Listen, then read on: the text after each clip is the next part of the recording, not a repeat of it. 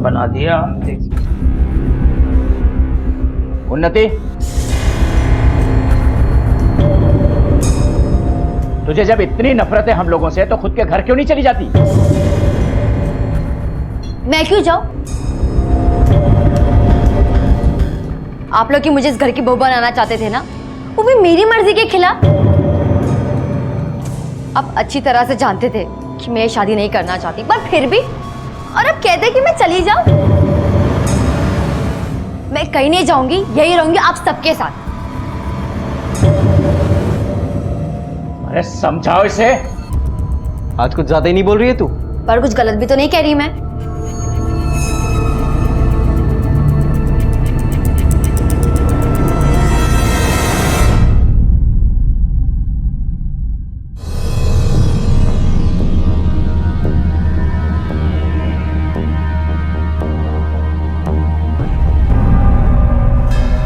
वो मार्केट गया था तो सोचा आपके लिए थोड़े सेब ले लूं।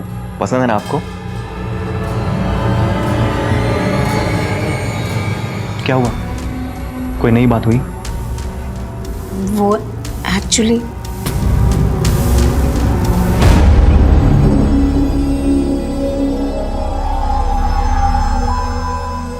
उन्नति, वो फ्रूट्स फ्रिज में रख देना। जब तुम मेरा साथ नहीं देती तो मैं तुम्हारी मदद क्यों करूं? क्योंकि तुम मुझे गलत करने को बोल रही हो और मैं गलत नहीं कर सकती। मैंने तुम्हें कुछ गलत करने के लिए नहीं कहा है। मेरी टीना को केक बहुत पसंद है ना? हाँ,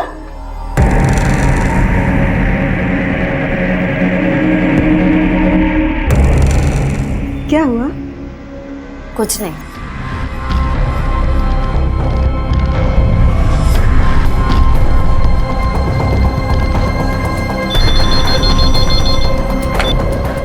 hello police station. Hello police station. Sir आप प्लीज जल्दी आ जाइए। वो लोग उसे बहुत मार रहे हैं। सर आप आके उसे बचा लीजिए प्लीज। एक मिनट, आप शांत हो जाइए। अपना नाम बताइए पहले। सर मैं उन्नति। कौन किसे मार रहा है? मेरी जेठानी मेघा को बहुत मार रहे हैं। आप उसे बचा लीजिए वरना वो मर जाएगी सर। अच्छा ठीक है, आप पहले हमें एड्रेस बताइए, कहाँ से बोल रहे हैं आप? ठीक है, हम पहुँच रहे हैं।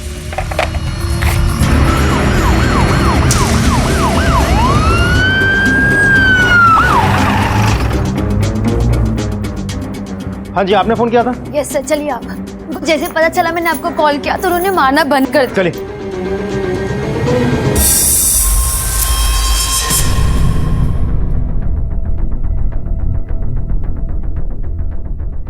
अरे आप लोग? हमें खबर मिली है कि आप लोग अपने बहू मेघा के साथ मारपीट कर रहे हैं। क्या? कैसी बात कर रहे हैं आप? ये मेरी बहू है, आप पूछ लीजिए। खुद ही सीढ़ियों से गिर गई थी। हाँ ये सही बोल रहे। पता नहीं कैसे सीढ़ियों से मेरा पैर फिसल गया।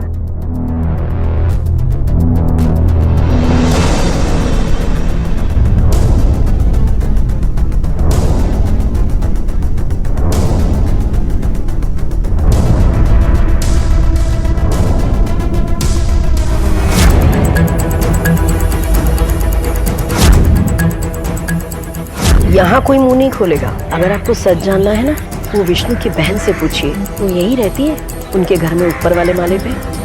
ठीक। सर मैं घर में नहीं थी इसलिए कुछ कह नहीं सकती। और तुम? सर कॉलेज के बाद मेरी क्लासेस होती हैं तो कॉलेज और क्लासेस दोनों खत्म करके अभी जस्ट घर आया हूँ मैं। एक दिन अचानक महाराष्ट्र के नासिक जिले की पुलिस को एक फोन आता है जहां उन्नति अपनी जेठानी के साथ हो रही घरेलू हिंसा के बारे में उन्हें बताती है। लेकिन जब पुलिस उन्नति की जेठानी मेघा से पूछताछ करने पहुंचती है तो मेघा इस बात से साफ इनकार करती है। क्या सच में मेघा का पति विवेक और उसके घर वाले मेघा के साथ मारपीट कर रहे थे? और अगर ऐसा था तो फिर पुलिस के सामने झूठ बोलकर मेघा ने अपने ससुराल वालों को क्यों बचाया? क्या उन्नति किसी खास वजह से मेघा के साथ हो रही घरेलू हिंसा की झूठी कहानियां बना रही थी?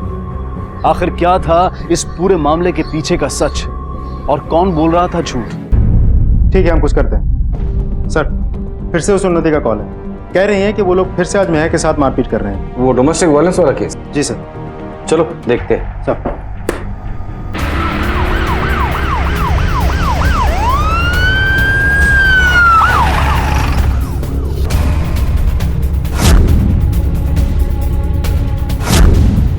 आज क्या हुआ?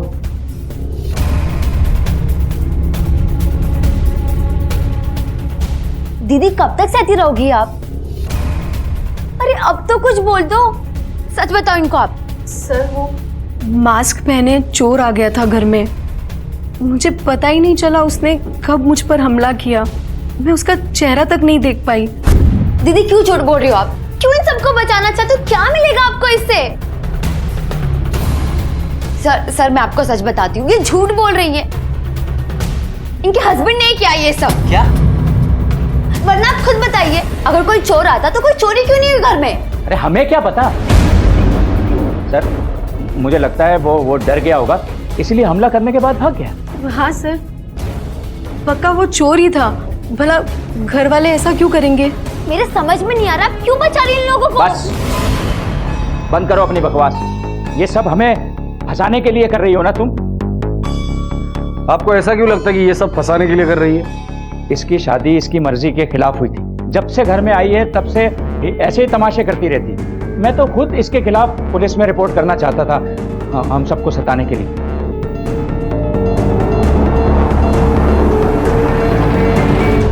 तुम्हारे ससुर ने तुम्हारे खिलाफ कंप्लेंट की है, अभी तक तो हमने कोई एक्शन नहीं लिया, लेकिन अगर तुमने सच नहीं। सर मैं सच बोल रही हूँ, मेरी चिट विवेक ने किया ये सब, वहाँ कोई चोर नहीं था। विष्णु जी ने कंप्लेंट की थी कि आप इस शादी के खिलाफ थी, क्या ये सच है? सर मेरी शादी अभी 3 महीने पहले हुई है, वो लोग झूठ बोल रहे हैं कि शादी मेरी मर्जी के खिलाफ हुई है। नॉर्मल अरेंज मैरिज थी जो सबकी होती है। शादी के बाद से मैंने देखा है अपनी जेठानी पर जुल्म होते हुए उसी घर में, इसलिए मैंने कंप्लेंट की। अगर ऐसी बात है तो तुम्हारी जेठानी मेघा इस बात से इनकार क्यों कर रही है? देखो उन्नति, झूठी कंप्लेंट करने के केस में मैं तुम्हें अरेस्ट भी कर सकता हूँ। सर मैं कोई झूठ नहीं कह रही, वहाँ कोई चोर वोर नहीं था।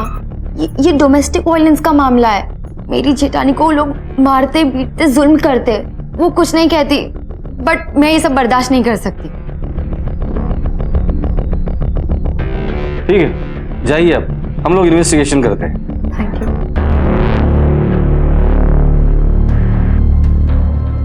सर कहीं ऐसा तो नहीं कि ये सब सिर्फ उन्नति के दिमाग का खेल है? असल में ऐसा कुछ हुआ ही नहीं। हो सकता है कि उन्नति सच बोल रही है, लेकिन अगर वो झूठ बोल रही है, कामड़े इस उन्नति की कुंडली निकाले। Yes sir. क्या एक बहू इस हद तक जा सकती है कि वो अपने ही घर वालों के खिलाफ झूठा केस करे?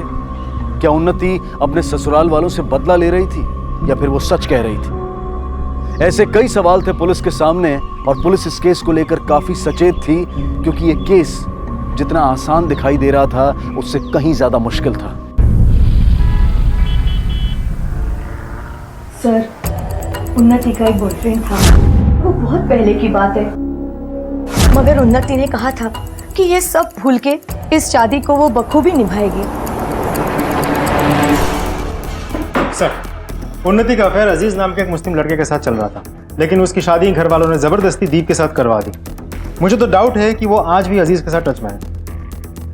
उन्नति ने हमसे झूठ बोला, इसका मतलब यह है कि बाकी की सारी बातें में उसने झूठ ही बोली होगी, और वो अगर अभी भी अजीज के कांटेक्ट में, तो हो सकता है कि ये दोनों का प्लान हो। घर में घुसा हुआ चोर अजीज भी हो सकता है। इसका मतलब ये दोनों ये सब कुछ सिर्फ इस फैमिली को फंसाने के लिए कर रहे हैं। अजीज और उन्नति दोनों के कॉल रिकॉर्ड निकालो, और ये मेघा, उसके साथ जो कुछ भी हो रहा है पता करो वो महज इत्तेफाक है या वाकई वो किसी प्रॉब्लम में है। Okay sir. ये सब तुम्हारी वजह से हो रहा है। ये उन्नति तुम्हारी पसंद की लड़की थी ना, तुम ही लेकर आई थी ना इसे। तो मुझे थोड़ी ना पता था कि इतनी तेज निकलेगी। देखने में सुंदर थी, अच्छी होगी, सोचा दीप की जिंदगी संवर जाएगी। क्या जरूरत है सोचने की? जो काम नहीं हो वो नहीं करना चाहिए। तुम्हारी वजह से फंस गए हम लोग, और ये लड़की बर्बाद करके मानेगी हमें।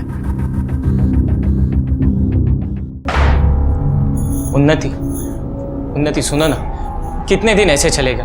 अब बर्दाश्त नहीं होता। उन्नति सुनो ना, मैं क्या बोल रहा हूँ। दीप प्लीज हटो। क्या तुम अजीज को भूल नहीं सकती क्या?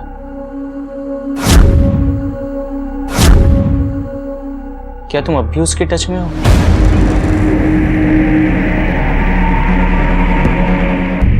ये बहुत अच्छा किया आप लोगों ने, अपने घर की गंदगी हमारे घर में डाल दी। सुनिए, जो आपकी लड़की है ना, अब भी अजीज से मिलती है। अब नहीं हो पाएगा हमसे। अपनी लड़की अपने घर रखिए। अगर वो अजीज से मिलती है तो ये आपकी कमजोरी है, उसको आप संभाल के रखिए, क्योंकि वो आपकी बहू है, हमारी जिम्मेदारी नहीं है। इसलिए आपको जो करना है खुद कीजिए।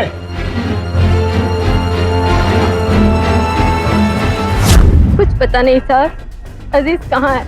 उन्नति की शादी के बाद वो पागल सा हो गया था। एक दिन अचानक घर छोड़कर पता नहीं कहाँ चला गया।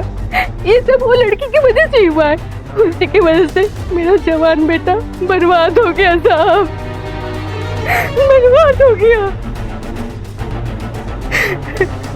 उन्नति के कॉल रिकॉर्ड का क्या हुआ? अभी तक अगर वो अजीज के कांटेक्ट में है तो अजीज का लोकेशन हम आसानी से ट्रैक कर सकते हैं। सर मैं तुरंत कॉल रिकॉर्ड से करवाता हूँ। पुलिस के लिए केस बहुत कॉम्प्लिकेटेड हो गया था। उन्हें समझ में नहीं आ रहा था कि उन्नति सच कह रही है या फिर ड्रामा कर रही है। उन्होंने उन्नति के कॉल रिकॉर्ड्स चेक किए, लेकिन उसके अजीज के साथ संपर्क में होने का कोई भी सुराग उन्हें नहीं मिला। इधर उन्नति के ससुराल वालों ने उन्नति के खिलाफ दर्ज किया हुआ केस वापस ले लिया। ऐसा लग रहा था कि ये तहकीकात अब एक डेड एंड पर पहुंच चुकी है, पर 1 महीने के बाद फिर से इस केस को एक नई दिशा मिली। कुछ नहीं हुआ बेटा, जल्दी ठीक हो जाएगी मम्मा। सर आपने मेरी बात का विश्वास नहीं किया था ना, अब आप जाके देखिए क्या हो गया। मेघा दीदी की हालत बहुत बुरी है, उन्हें कुछ भी हो सकता है। वो प्रेग्नेंट भी है। अगर उन्हें कुछ हो गया ना, उसकी जिम्मेदार आप भी होंगे सर। चलो चलो।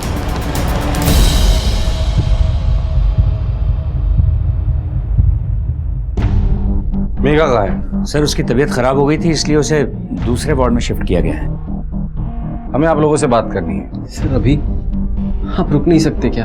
आप देख रहे हैं मेरी बीवी की हालत कितनी खराब है। मेघा के साथ इत्तेफाक में इत्तेफाक हो रहे हैं। वो इत्तेफाक क्यों हो रहा है ये जानना है हमें, इसलिए बात करनी, वो भी अभी।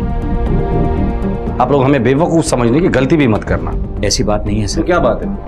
आप लोग हमारे आने से इतने परेशान क्यों हैं? हमें तो बस इतना ही जानना है कि मेघा के साथ ये बार बार क्या हो रहा है।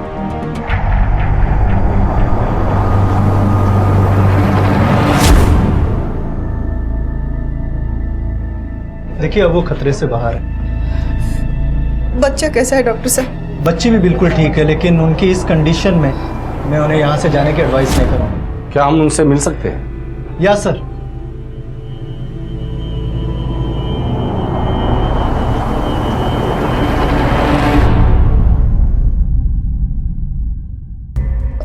सर नहीं, मेघा किसी से भी डरने की कोई जरूरत नहीं है। जो कुछ भी हुआ है सच सच बता दो। सर मैं किसी से क्यों डरूंगी? फिर से वो मास्क वाला ही चोर था जिसने मुझ पे हमला किया। फिर से मास्क वाला चोर। इस बार उसका चेहरा देखा था तुम? सर उसने मास्क पहना हुआ था तो मैं उसका चेहरा नहीं देख पाई। कद काटी कैसे? मुझसे कुछ इतना लंबा होगा। चोर ने जब आप पर अटैक किया था, सामने से अटैक किया था या पीछे से? सर उसने पीछे से हमला किया था। और हमला उसने पीछे से किया था तो तुम्हें कैसे पता कि उसने मास्क पहना हुआ है? कि सर जब मैं जमीन पे गिरी थी तो मैंने देखा कि उसके चेहरे पे मास्क है। हाइट कितनी बताई थी उसकी? मुझसे कुछ इतना लंबा। मेघा इतना लंबा था या इतना लंबा था वो? किसे बचा रही हो तुम? सच सच बताओ, तुम्हारी हालत किसने की? वो मास्क वाला आदमी सिर्फ तुम पर ही हमला क्यों करता है? बताओ, किससे डर रही हो तुम? Excuse me sir. सर ये इतना स्ट्रेस नहीं ले पाएंगे, प्लीज।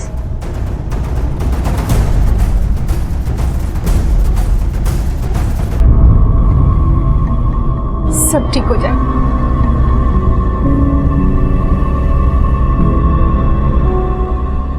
सर आपको क्या लगता है, मेघा पर सच में ही अटैक हुआ है या झूठ बोल रही है? यही तो मैं भी सोच रहा हूँ। अगर वो झूठ बोल रही है तो वो झूठ बोलकर किसे बचा रही है? वो भी ऐसे शख्स को जिसने उसकी ये हालत कर दी। सर ऐसा तो नहीं कि मेघा भी उन पतिव्रता औरतों में से है जो पति के सारे जुल्म सह लेती है लेकिन मुंह नहीं खोलती। हो सकता है कि वो सच बोल रही है, लेकिन अगर वो सच बोल रही है फिर ये मास्क वाला आदमी कौन है? सर इस मास्क के पीछे उन्नति या बाकी के परिवार में से तो कोई नहीं है। सबसे पहले अजीज जिस बिल में छुप कर बैठा ना उसे बाहर निकालो। ये मेघा का बैकग्राउंड चेक करो। Okay sir. काफी, ये केस जितना दिखता है उतना आसान है नहीं। Yes sir.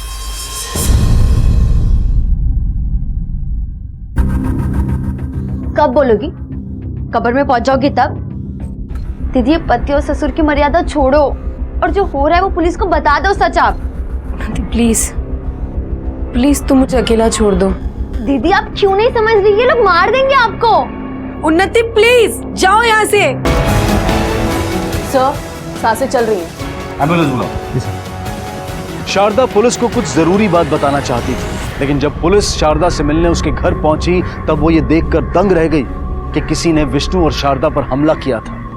पुलिस फौरन दोनों को हॉस्पिटल लेकर गई, लेकिन हॉस्पिटल पहुंचने से पहले ही विष्णु ने दम तोड़ दिया और शारदा की हालत उस वक्त काफी सीरियस थी।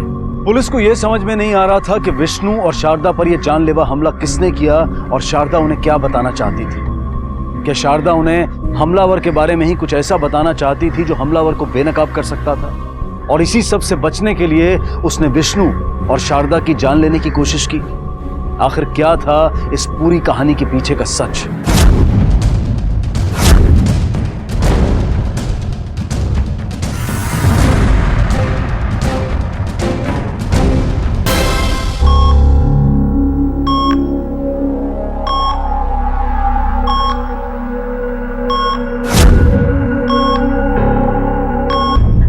हे भगवान, ये क्या हो गया? संभालो अपने आप को। दीदी कैसी हैं? डॉक्टर ने क्या बोला? कुछ नहीं कहा डॉक्टर। समझ में नहीं आ रहा कि वो कौन है जो शारदा और विष्णु दोनों को ही मारना चाहता था। शारदा इस वक्त जिंदगी और मौत के बीच उलझी हुई है, पर उसका स्टेटमेंट लेना बहुत जरूरी है। कामरे, शारदा के बच्चे और रागिणी इन दोनों से पूछताछ करो और आस पड़ोस में भी पूछताछ करो, शायद किसी ने कुछ देखा। Okay sir.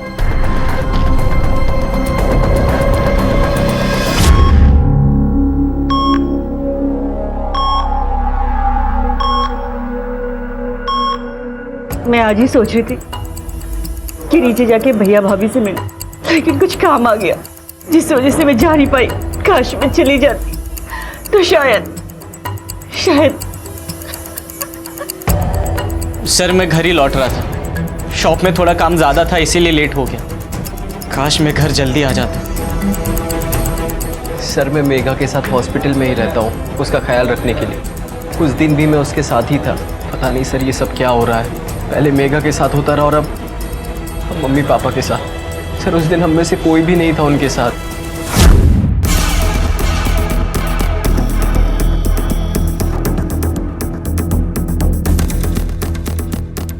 सर मर्डर के वक्त उन्नति हॉस्पिटल के पास वाले कॉफी शॉप में थी। हो सकता है कि ये मर्डर उन्होंने किसी से करवाया हो, शायद अजीज से, क्योंकि उन्नति अपने पति से छुटकारा पाना चाहती थी और ये बात शारदा को पता चल गई हो।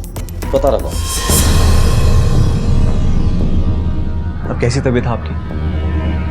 थोड़ा दर्द हो रहा है। पता नहीं मेरे बच्चे की क्या हालत होगी। कुछ नहीं होगा, डॉक्टर ने बोला वो बिल्कुल ठीक है। लेकिन कोई इंटरनल इंजरी हुई तो? सब ठीक हो जाएगा। सर अजीज के बारे में खबर है।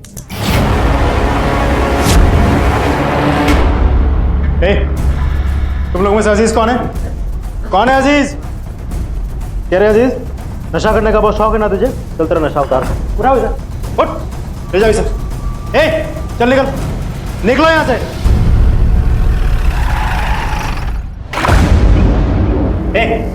खड़ा करो इसको, खड़ा रहा सीधा। नशा उतरा? ये और खातिरदारी करे? तूने शारदा को मारने की कोशिश की क्योंकि उन्हें तेरे और उन्नति के बारे में कुछ पता चल गया था और तभी वह विष्णु आ गया और तूने उसे भी मार दिया। चल मुंह खोल, बोल। मालूम है, पिछले कई महीनों से मैं शहर में नहीं था।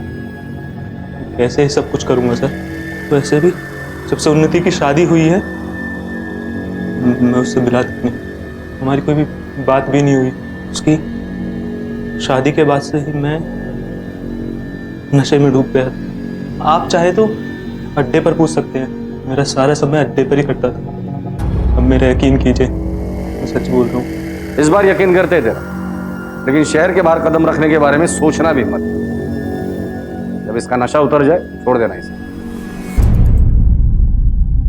छोटी बहू उन्नति बड़ी बहू मेघा के ऊपर हो रहे अत्याचार के बारे में कंप्लेंट करती है।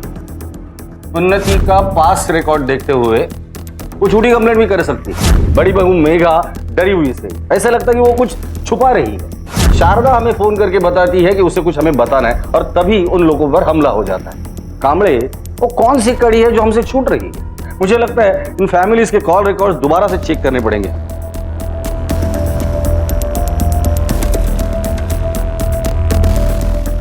लेकिन सर उन्नति के कॉल डिटेल्स मैंने खुद चेक किए, कुछ भी सस्पिशियस नहीं, बिल्कुल क्लीन है। मेघा के कॉल रिकॉर्ड देखिए। मेघा रोहन के साथ लगातार कांटेक्ट में है। रोहन विवेक के बुआ का लड़का है। सब लोग एक ही घर में रहते, उसके बावजूद इन दोनों के बीच इतनी सारी बातें, और बातें भी तब होती थी जब विवेक घर पर नहीं होता था। ये मेघा और रोहन, इन दोनों के बीच क्या खिचड़ी पक रही थी? अफेयर? कहीं ऐसा तो नहीं कि ये सब इन दोनों का ही प्लान हो? शायद ये अटैक सिर्फ एक दिखावा हो, क्योंकि मेघा पर जब अटैक हुआ तब कोई भी आसपास मौजूद नहीं था। मैं शॉप पे था, भैया ने कॉल किया और मैं सीधा यहीं पर चला आया। बाकी क्या हुआ सर कुछ पता नहीं। सर मैं अपनी पत्नी शारदा के साथ अपने रूम में खाने के बाद आराम कर रहा था, नीचे से चीखने की आवाज़ आई। हाँ सर, वो बहुत तड़प रही थी, होश में थी नहीं तो कैसे कुछ बोलती, इसलिए हमें पता ही नहीं चला कि ये सब किसने किया। सर मैं उस वक्त घर पे नहीं थी, बट मैं 100% श्योर ये उनके पति ने ही किया होगा। सर शायद उन्नति ही एक्सीडेंट्स प्लान कर रही है, मैं बुरा दिखाने के लिए। सर आप बताइए, क्या मैं अपनी प्रेग्नेंट वाइफ को मारूंगा? अपने ही बच्चे की जान लेने की कोशिश करूंगा?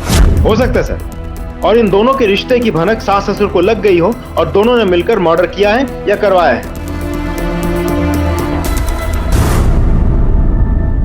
आप बैठो, मैं कुछ खाने के लिए लेके आता हूँ आपके लिए। बैठो।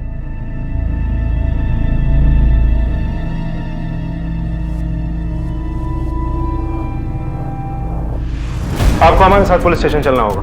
पुलिस स्टेशन पर क्यों? आपसे कुछ पूछताछ करनी है। इन्हें ले जाओ। मेघा के पेट में जो बच्चा है उसका बाप तू है ना? और ये बात शारदा और विष्णु को पता चल गई, इसलिए तुम दोनों ने मिलकर उन्हें मारने का प्लान बनाया। आप ये क्या कह रहे हैं सर? हम बस अच्छे दोस्त हैं।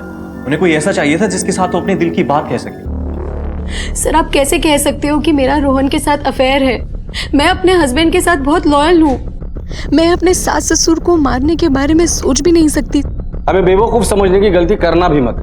अगर मेघा के बच्चे का डीएनए टेस्ट करवाया ना तो उससे पता चल जाएगा कि उसका असली बाप कौन है, और तब दूध का दूध और पानी का पानी हो जाएगा। आपको जो समझना है समझिए, लेकिन ये बच्चा मेरे पति का ही है। वैसे तो आप लोग दिखाने की बहुत कोशिश करते रहते हैं कि न जाने इस घर में सबके लिए सबको कितना प्यार है। अगर ऐसा ही है तो अपने दिल की बात बताने के लिए किसी बाहरी इंसान की जरूरत क्यों आ पड़ी? क्योंकि विवेक भैया और मामा जी उनके साथ मारपीट करते थे, टॉर्चर करते थे उन्हें, और ये हर दिन की कहानी है। इसलिए वो मेरे साथ अपनी बातें शेयर करती थी। वो सच बताने से डरती है ये बताने से कि वो लोग उनके साथ क्या क्या करते थे। मैंने उन्हें कई बार कहा कि आप डरो मत, आप जो भी बात है पुलिस वालों को सब सच बता दो, वरना मैं बता दूं, पर वो हर बार मुझे रोक देते। मुझे उनकी बहुत चिंता होती थी सर। मैं उनकी बहुत रिस्पेक्ट करता हूँ, पर हमारा और उनका रिश्ता सिर्फ एक दोस्त के जैसा है और कुछ नहीं। इसका मतलब उन्नति सब सच बोल रही थी। उन्नति ने तो शुरू से ही सच कहा था। उस दिन भी घर पे चोर नहीं आया था, वो मेरे पति थे। मेरे पति ही हमेशा मुझे मारते पीटते हैं। मेरे पति ने मुझे डराया, धमकाया कि मैं किसी को कुछ ना कहूँ। सर मैं आपको बता नहीं सकती हूँ, इस घर में छोटी छोटी गलतियों के लिए मैंने कितना कुछ सहा है। आगे की पूछताछ में पुलिस के सामने जो बातें निकल कर आई उससे साफ हो रहा था कि विवेक अपनी पत्नी मेघा के साथ मारपीट करता था, लेकिन कुछ बातें अब भी पुलिस के गले नहीं उतर रही थी। इधर पुलिस के हाथ अब तक कोई सुराग नहीं लगा था। मर्डर वेपन पर भी सभी घर वालों की उंगलियों के निशान थे, इसलिए किसी एक को ब्लेम नहीं किया जा सकता था। पुलिस के लिए समझना थोड़ा मुश्किल हो रहा था कि इस केस में हत्यारे का मकसद क्या हो सकता था। मुझे बहुत डर लग रहा है, पता नहीं क्या होगा। विवेक को पता चल गया तो? बस दीदी, देखिए थोड़ा डर तो मुझे भी लग रहा है, बट कोई बात नहीं, हमने सही कदम उठाया। बल्कि मुझे खुशी तो इस बात की कि आखिरकार आपने सच तो बोला। हाँ, मुझ में इतनी हिम्मत सिर्फ तुम्हारी वजह से आई है। तुमने हमेशा मेरी हेल्प करने की कोशिश की, और मैं दीदी इट्स ओके, देर से ही पे, बट आप में हिम्मत तो आई है ना। थैंक यू सो मच उन्नति।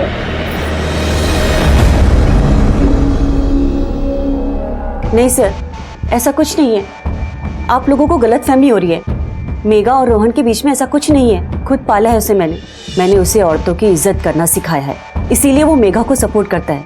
वो शारदा भाभी को भी सपोर्ट करता, लेकिन शारदा भाभी वही करती थी जो भाई उन्हें करने को कहते थे। और आपका भाई क्या करने को कहता था? विष्णु भाई शारदा भाभी को बहुत मारते पीटते थे। भाभी को किसी न किसी वजह से भाई से मार खानी पड़ती थी, और देखते देखते ये सब कुछ हद से आगे बढ़ गया, और विवेक ने भी उनसे सीखकर मेघा को भी मारना पीटना शुरू कर दिया था। ये बात आपने हमें पहले क्यों नहीं बताई? बता देती तो क्या होता, क्या कर लेते आप लोग? उल्टा भाई मुझसे नाराज हो जाता। मेरे पति उनकी दुकान में काम करते हैं, हमारी पूरी फैमिली उन पर डिपेंडेंट है। मैं नहीं बता सकती थी।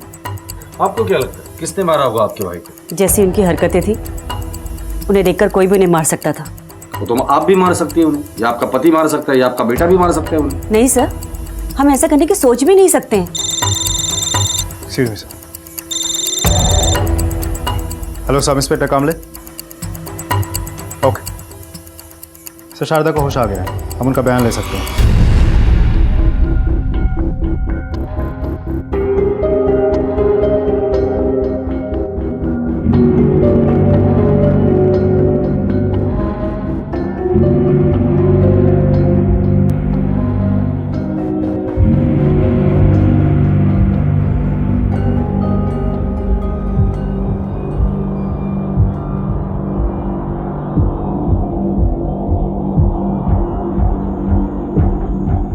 ये कहाँ है?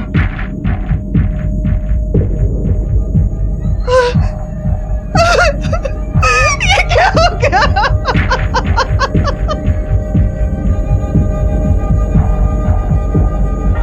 ये कैसे हो गया? शारदा जी, आप पर ये हमला किसने किया? मुझे नहीं पता कौन था। अटैक सामने से हुआ और आपने चेहरा नहीं देखा? मैंने देखा नहीं। शारदा जी, आपने उस दिन हमें कॉल किया था। हेलो सर, मुझे आपको एक सच्चाई बतानी है। आप मेरे घर आ सकते हैं? आप कुछ हमें बताना चाहती थी, क्या बताना चाहती थी? मुझे याद नहीं। सर, कहीं शारदा किसी को बचाने की कोशिश तो नहीं कर रही है? हो सकता है, पर किसे? हो सकता है अपने बेटों को या अपने भाई को। वैसे अंदर की एक बात पता चली है, अर्जुन ने विष्णु से 25 लाख रुपए उधार लिया था, लेकिन अब वो पैसे वापस नहीं कर पा रहा। पर वो अपनी बहन पर हमला क्यों करेगा? हो सकता है शारदा ने अर्जुन को विष्णु को मारते हुए देख लिया था। अर्जुन से बात करनी चाहिए। हाँ सर, मैंने उनसे पैसे लिए थे। और पैसे लौटाने ना पड़े इसलिए तुमने उन्हें मार डाला। नहीं सर, मैं भला अपने जीजा का मर्डर क्यों करूँगा, वो भी तब जब मैं उन्हें पैसे लौटाने वाला था। लेकिन इससे पहले कि मैं उन्हें पैसे लौटाता उनका मर्डर हो गया सर। आप चाहें तो मेरे बैंक अकाउंट्स चेक कर सकते हैं सर, मैंने उनके लिए पैसे रखे थे। और सर, आपकी जानकारी के लिए बता दो कि हॉस्पिटल का सारा खर्चा मैं ही उठा रहा हूँ सर। ये तो साफ था कि किसी परिवार वाले ने ही विष्णु का कत्ल और शारदा पर जानलेवा हमला किया था, लेकिन ये समझ में नहीं आ रहा था कि शारदा अब तक खामोश क्यों थी। क्या वो किसी अपने को बचा रही थी? पुलिस अब एक डेड एंड पर पहुंच चुकी थी, क्योंकि कॉल रिकॉर्ड्स के अनुसार कोई भी सस्पेक्ट घर के आसपास नहीं था। पुलिस के पास सस्पेक्ट्स की लिस्ट बहुत लंबी थी, लेकिन किसी के भी खिलाफ कोई ठोस सबूत नहीं थे। और अचानक पुलिस को एक नई दिशा तब मिली जब शारदा ने सच बोलने का फैसला किया। शारदा जी, आपने पहले भी हमें फोन किया था, सच बताइए उस दिन आप हमें क्या बताने वाली थी, और ये हमला आप पर किसने किया? मैं उस दिन आप लोगों को बताना चाहती थी कि उन्नति सच बोल रही थी। मैं आप लोगों का इंतजार कर रही थी, मेरे हस्बैंड भी घर पे थे। अचानक मेरे बेटे आए और अपने ही बेटों के खिलाफ बोलना इतना आसान नहीं है सर। एक माँ अपने बेटों को जेल जाते हुए कैसे देख सकती? शारदा जी, दोबारा सोचिए, क्या वो आपके बेटे ही थे? जी।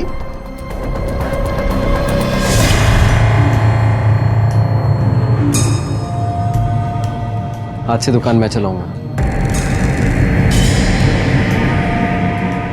लेकिन विष्णु जी ने तो आपको हटा दिया था, और अब दुकान दीप भाई चलाएंगे। देखो, दुकान अब हम दोनों चलाएंगे, तुम अपने काम से काम रखो। दीप और विवेक, तुम दोनों को हमारे साथ थाने चलना होगा। लेकिन हुआ क्या है सर? क्या हुआ है ये तुम लोग हमें बताओगे।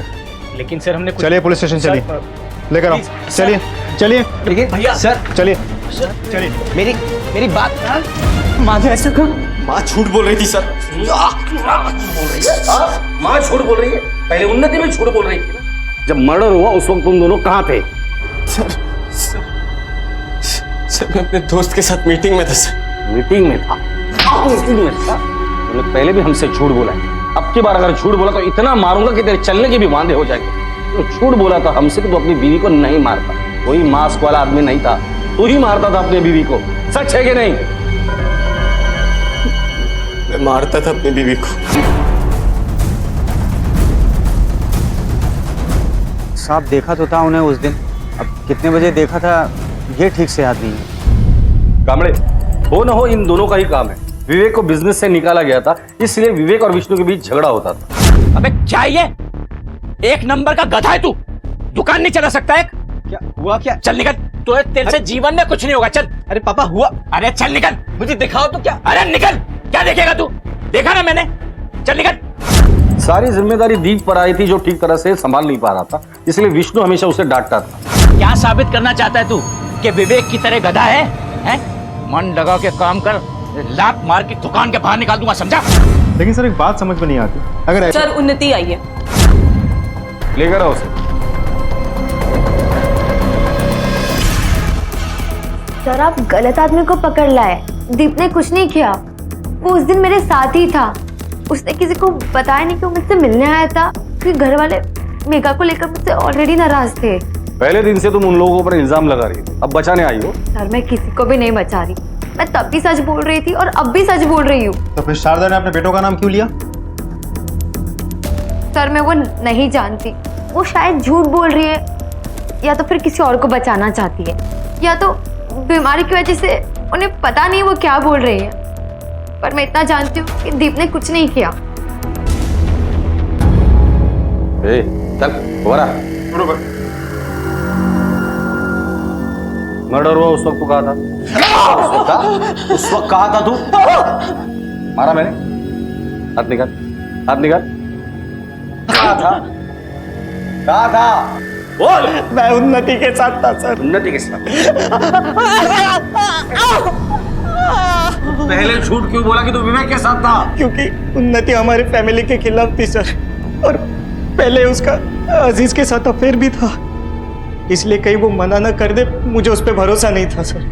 वो मना कर देती तो सीधा मैं फंस जाता सर, और अगर मैं ये कहता कि भैया के साथ नहीं हूं तो पूरा शक मुझ पे जाता सर, इसलिए मैंने झूठ बोला सर। लेकिन सच कहता हूँ सर, अपने पापा को नहीं मारा सर। बस।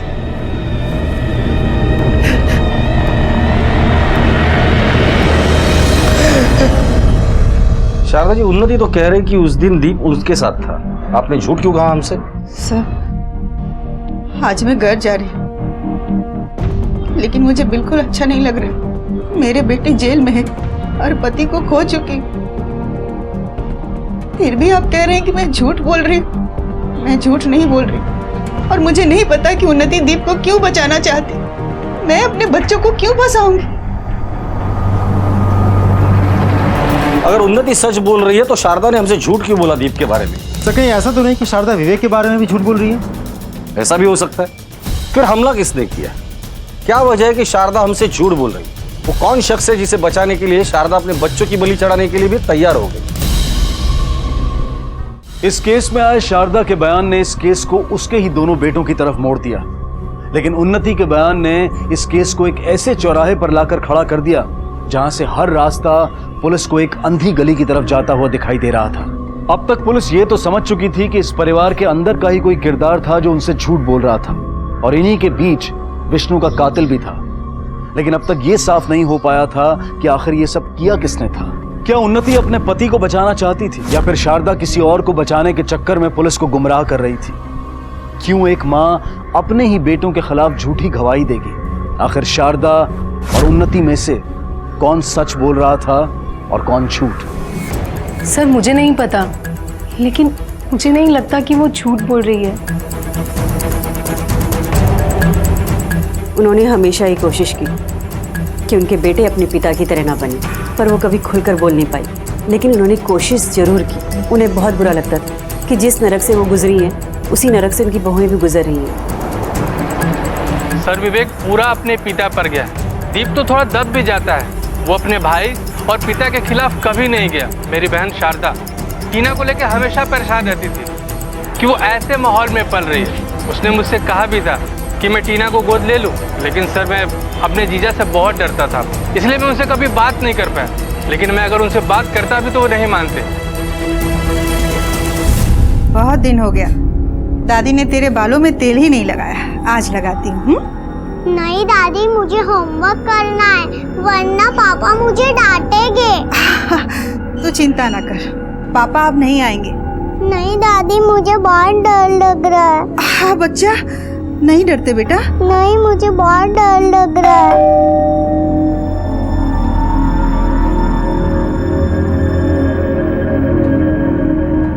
माँ, हमें आपकी पोती से कुछ बात करनी है।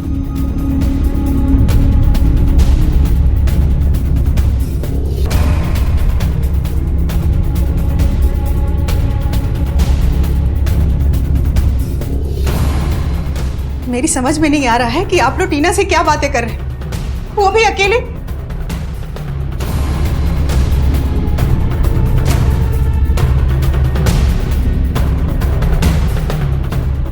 छोटी बच्ची है, डरी रहती है, वो हमेशा मेरे साथ रहती है। मैं क्यों नहीं रह सकती वहां पे? क्योंकि आपके वहां रहते टीना हमें ये नहीं बताती कि आपने ही अपने पति को मार डाला, उसके बाद अपने आप को घायल कर लिया, और टीना से ये कहा था कि ये बात वो किसी से ना कहे। टीना झूठ बोल रही है। टीना बच्ची है, वो झूठ क्यों बोलेगी? मैं कह रही हूँ ना कि टीना झूठ बोल रही है। क्यों झूठ बोलेगी वो? मुझे नहीं पता कि टीना झूठ क्यों बोले, लेकिन झूठ बोल रही है बस। आपने टीना के सामने ही उसे मारा है। टीना थी ही नहीं, मैं उसके सामने ऐसा कुछ कर ही नहीं सकती।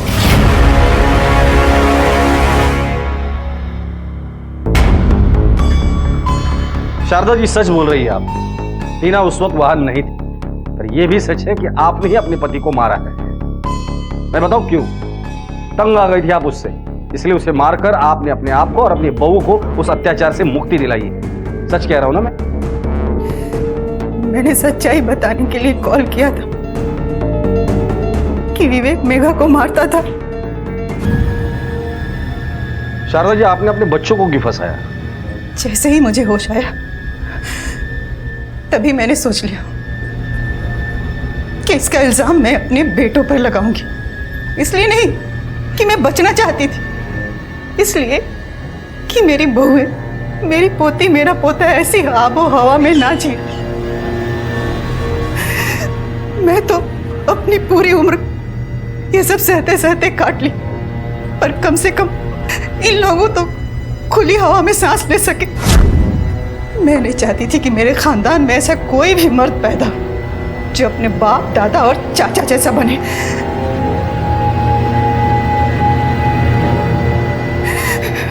लेकर चलो इन्हें।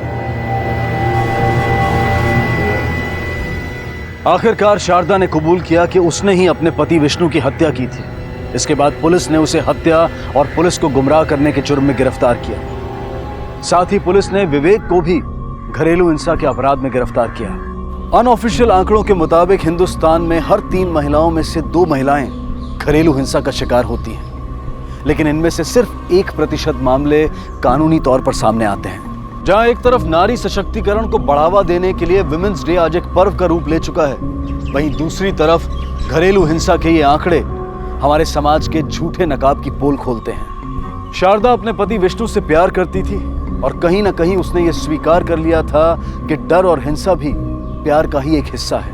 कुछ लोग प्यार में एक दूसरे का इस्तेमाल करते हैं, शोषण करते हैं, लेकिन वो ये भूल जाते हैं कि प्यार एक खूबसूरत एहसास है। हमारी आज की कहानी समाज के अलग अलग चेहरों की कहानी है, उसकी सोच की कहानी है। हालांकि ये समाज हमसे ही बनता है और ये हमारा ही सृजन है, लेकिन हमारा ही बनाया हुआ समाज हमारी सोच, हमारे जीने के तरीके को नियंत्रित करने लगता है। समाज बहुत जल्द आलोचनात्मक हो जाता है, जिस बात से हम सब डरते हैं, और कभी कभी यही डर हमसे गुनाह करवा देता है।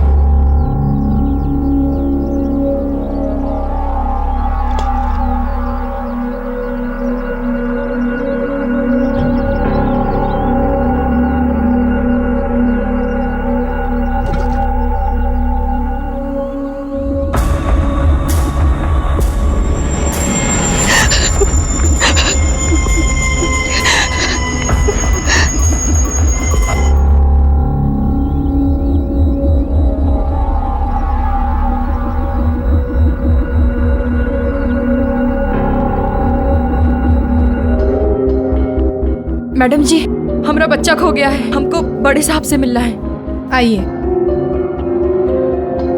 साहब जी, हमारा बच्चा खो गया है, कहीं नहीं मिल रहा है। 1 मिनट, आप बैठिए। बच्चा नहीं मिल रहा है मतलब? पता नहीं साहब, हमारे साथ मंदिर गया था, उसके बाद से कहीं दिखाई नहीं दे रहा है। मंदिर गया था तो यहीं कहीं खेल रहा होगा, आ जाएगा। नहीं साहब, हर जगह ढूंढ ली, कहीं दिखाई नहीं दे रहा, और वो दूसरे बच्चों की तरह खेल भी नहीं सकता क्योंकि हमारा बच्चा नेत्रहीन है, उससे कुछ दिखाई नहीं देता। देखिए, आप घबराइए मत, पूरी बात बताइए। आजा, देख संभाल के सीढ़ी है, आजा। अम्मा हम कहाँ जा रहे हैं? हम भगवान के दर्शन के लिए मंदिर आए हैं, आजा। मैं तो भगवान को देख भी नहीं सकता। आप जाके पूजा करिए, मैं यहीं रुकता हूँ। अच्छा ठीक है, तू बदमाशी मत करना, यहीं खेल, हम अभी आते हैं, जा।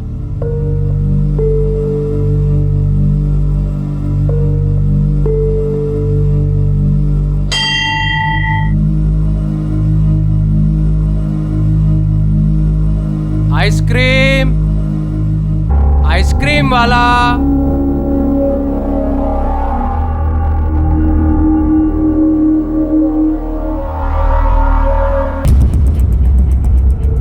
राजू, ए राजू, राजू। भाई साहब, आपने एक छोटे से बच्चे को देखा क्या? नहीं, मैंने नहीं देखा। राजू। बच्चे की कोई फोटो है आपके पास? जी साहब है। ये साहब, मेरे बच्चे को ढूंढने में मेरी मदद कीजिए, मेरा एक ही सहारा है, इसके सिवा मेरा इस दुनिया में कोई नहीं है। देखिए आप घबराइए मत, हम आपके बच्चे को ढूंढने की पूरी कोशिश करेंगे। मैं तो घर से बाहर निकल साला, नहीं तो घर में घुस के मारेंगे तुमको। कौन है रे? कौन है श्रीवास्तव? काहे चिल्ला रहा है? हाँ, काहे चिल्ला रहा है? ऐसा भोले बन के पूछो जैसे कुछ मालूम ही नहीं है। मतलब मेरी मुर्गी चुरा रहे हो तुम? मार के फेंक देंगे साला, झूठा इल्जाम लगाया तू। अरे चोर दिखते हैं तुमको? चोर दिखते हैं? काट कर फेंक देंगे।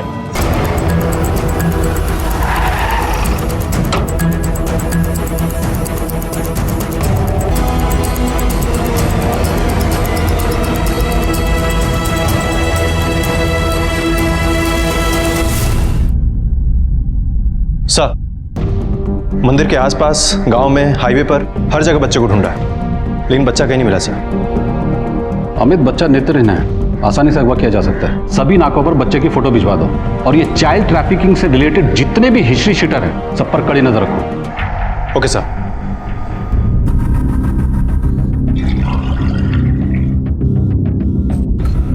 काहे झगड़ा मोल लेते हैं? तो क्या करें, चूड़ियां पहन के बैठ जाएं? हरामी साला, एक तो चोरी, ऊपर से सीना चोरी।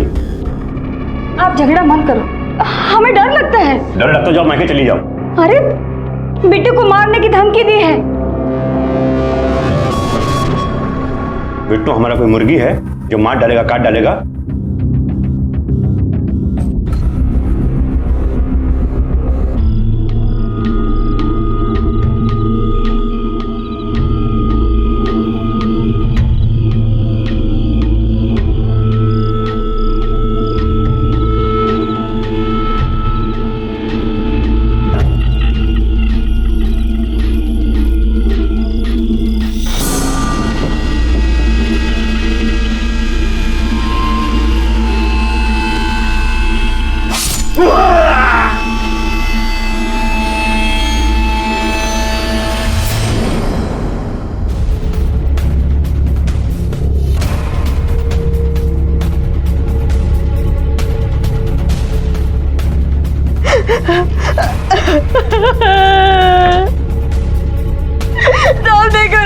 साहब देखो ना क्या कर दिया। आप लोग अपने अपने घर जाइए। रात को कितने बजे हुआ है? साहब हाथ पे गड़ासा चल गया। आप कह रहे हैं कि बखत देखते क्या हो रहा था? साहब हमारा तो सब कुछ बर्बाद कर दिया साहब, सब लूट लिया। रात को अच्छे खासे सो रहे थे, आके घड़ा से चला दिए। उसके बच्चे मर जाए, उसका खानदान चल जाए। किसकी बात कर रही हो? साहब पूरा गांव जानता है कि किसने किया है। वही है मातो। एक बार मेरा जख्म सूख जाए ना साहब, उसका दोनों हाथ लगा के तो नाम बदल देना मेरा। सर, इनके और इनके पड़ोसी मातो की पुरानी दुश्मनी है, पहले भी आपस में कई बार लड़ चुके हैं। देखो, हम अपनी तहकीकात कर रहे हैं, लेकिन इस बीच संयम रखो, वरना हाथ तो गया है, खुद भी जेल में जाओगे। मातो, मातो, क्या हुआ साहब, क्या हुआ? तलाशी लो इसके घर की। ओके सर, तुम लोग घर में जाओ। साहब कहा हुआ साहब, देखिए कल जब रामजी भाई पे हमला हुआ उसमें हमारा कोनो हाथ नहीं है। कल तो गालियां देके बात कर रही थी, आज रामजी भाई हो गया। साहब वो कल थोड़ा गर्मा गर्मी हो गया था, पड़ोसी में हो जाता ना साहब कभी कभी। पड़ोसी एक दूसरे पर जानलेवा हमला भी नहीं करते। साहब देखिए ये सच कह रहे हैं, कल रात को जब हमने चीख सुनी तो हम बाहर देखने गए और देखा कि रामजी भाई का हाथ कट गया था और खून बह रहा था। साहब तुमने उसे जान से मारने की धमकी दी थी? नहीं साहब, वो थोड़ा गुस्से में बोल गए थे हम। सर ये देखिए, घर के पीछे रखा हुआ था। अरे साहब एक कुल्हाड़ी से हाथ तो का छोटा डाली तक नहीं कटेगा, इसीलिए तो पिछवाड़े में पेड़ के पीछे पड़ा हुआ था। वो हम देख लेंगे, इसको जांच के लिए भेजो। Okay sir.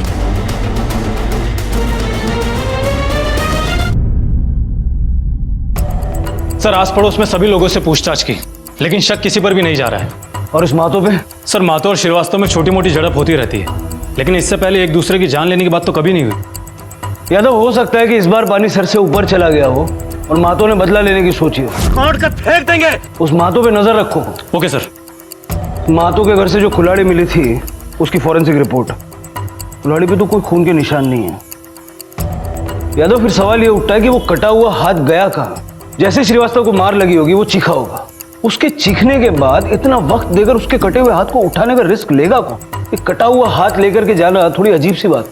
आसपास का पूरा इलाका छान मारो, मुजरिम ने हो सकता है कि वो हाथ कहीं ना कहीं तो फेंका होगा। ये कटा हुआ हाथ ही हमें उस वार करने वाले तक पहुंचा सकता है। Okay sir.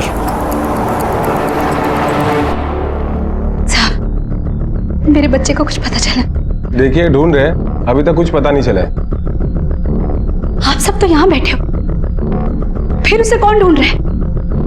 देखिए आपके बच्चे की तलाश जारी है, आसपास के इलाकों से लेकर पुलिस स्टेशन से अस्पताल तक हर जगह खोज रहे हैं हम उसे। अस्पताल? सब ठीक तो है?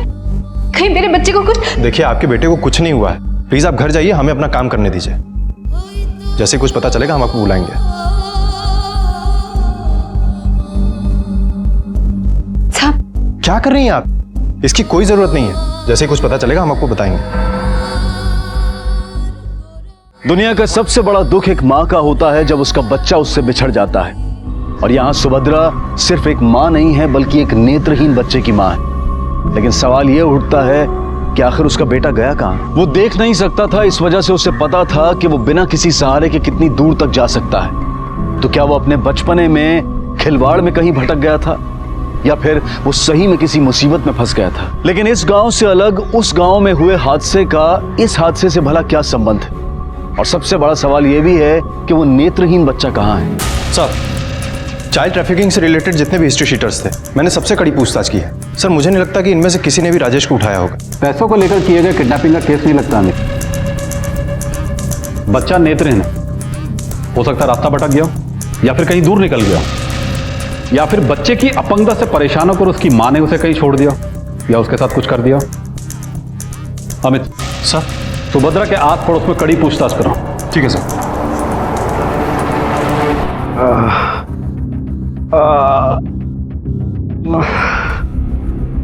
साले महतो के दोनों हाथ दोनों पैर न काटे तो कहना अंधेरे का फायदा उठा के वार किया है।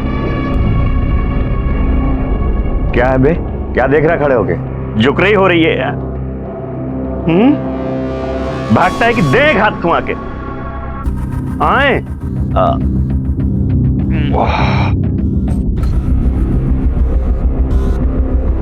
आराम से भाई, आराम से। बिट्टू आज तुमने अपना होमवर्क किया है ना, देखना आज सर तुम्हें इनाम देंगे। वो इनाम नहीं देते, वो छड़ी से मारते रहते, और इसलिए ना गौरी को भी स्कूल जाना अच्छा नहीं लगता। तुम लोग होमवर्क नहीं करोगे तो मार ही पड़ेगी ना। स्कूल नहीं जाओगे, पढ़ाई नहीं करोगे तो बड़े आदमी कैसे बनोगे? मुझे बड़ा आदमी नहीं बनना है, बड़ा आदमी है ना सिर्फ झगड़ा करते रहते। ऐसे नहीं कहते। Good morning madam. Good morning Bittu. पापा कैसे हैं तुम्हारे? हाथ कट गया उनका। टेंशन मत लो, वो जल्दी ठीक हो जाएंगे। कितने भी अच्छे हो जाए, हाथ तो नहीं आएगा ना वापस उनका। अच्छा वो हाथ कट गया। ऐसे नहीं कहते, पापा है वो तुम्हारे। तो कितना मारते वो? अच्छा वो हाथ कट गया, अब मारेंगे तो नहीं ना। मैंने कहा ना ऐसे नहीं कहते। चलो। रोज का बहाना, स्कूल नहीं जाएगी, स्कूल नहीं जाएगी तो क्या करेगी? ले चालू, लगा चालू। स्कूल नहीं जाएगी, स्कूल नहीं जाएगी। घूर क्या रही है? क्या घूर रही है? चप्पल उठाऊं क्या?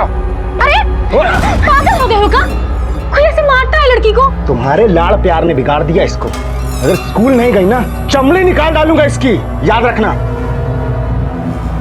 रोते नहीं बेटा, पापा को गुस्सा आ जाता है ना, इसलिए। चलो अब स्कूल के लिए तैयार हो जाओ। दोनों बहुत ही लड़ते थे साहब। पहले तो बस गर्मा गर्मी होती थी, लेकिन पिछले 5-6 महीनों से हाथापाई पे उतर आए हैं साहब। अच्छा एक बात बताइए, मातो श्रीवास्तव की मुर्गियां चुराता है क्या? ये हम कैसे बताए साहब, पर उनके घर में मांस तो पकता ही रहता है। मातो की माली हालत कैसी है? अच्छी है साहब, उसके घर में मवेशी भी है, मुर्गी, बकरी, बैल, भैंस। सुभद्रा को कब से जानती हैं आप? सुभद्रा शादी करके इस गांव में आई तब से। अपने नेत्रहीन बच्चे से परेशान तो नहीं थे ना वो? नहीं साहब, वो तो बहुत प्यार करते थे अपना बच्चा से, पर सुभद्रा है बहुत बदनसीब। बदनसीब मतलब? मतलब क्या साहब, माँ बाप मर गए, फिर नेत्रहीन बच्चा पैदा हुआ, फिर पति मर गया, अकेले संभाला नहीं जा रहा था बच्चे को। संभाला नहीं जा रहा था मतलब? मतलब कि एक तो बच्चा नेत्रहीन था, ऊपर से वो बहुत चंचल था। कभी यहाँ गिरता था, कभी वहाँ गिरता था। सुभद्रा तो दिन रात उसके पीछे भागा करती थी। साहब सुभद्रा हमेशा एक ही बात कहती थी, पता नहीं हमारे बच्चे को किसका नजर लगी, अब जिंदगी भर भुगतेगा। अब कल को हम नहीं रहेंगे तो कौन देखभाल करेगा? इससे अच्छा तो मरा हुआ ही पैदा होता। मतलब वो बच्चे से बहुत परेशान थी, है ना?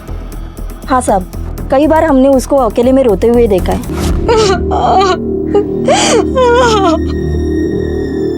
क्या हुआ बहन, काहे रो रही हो?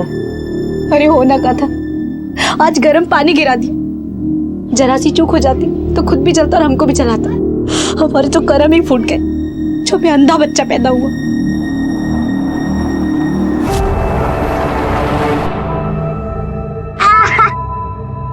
गौरी, कल तो स्कूल आने वाली है। आना तो पड़ेगा ना, बाबा से आज बहुत मार पड़ी है। मेरे बाबा तो मार भी नहीं सकते, उनका हाथ जो कटा है। अगर तेरे पापा का हाथ कट जाए तो गांव में सब लोग डर जाएंगे। कल मैं घर से तो निकलूंगी, लेकिन स्कूल नहीं आऊंगी, देख लेना। अरे ये देख,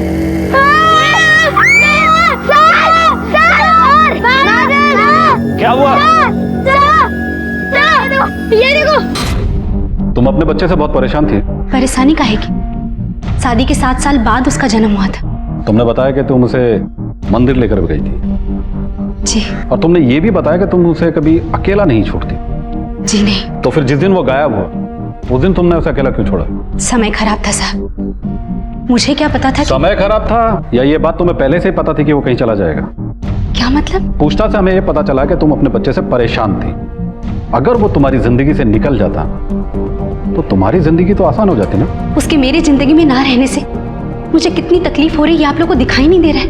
आप लोग चाहे कुछ भी सोचो, लेकिन अगर मेरा बेटा आप लोगों ने वापस नहीं किया तो मैं यहीं पे पुलिस स्टेशन में अपनी जान दे दूंगी। अपने बच्चे की कसम खाकर कहती हूँ।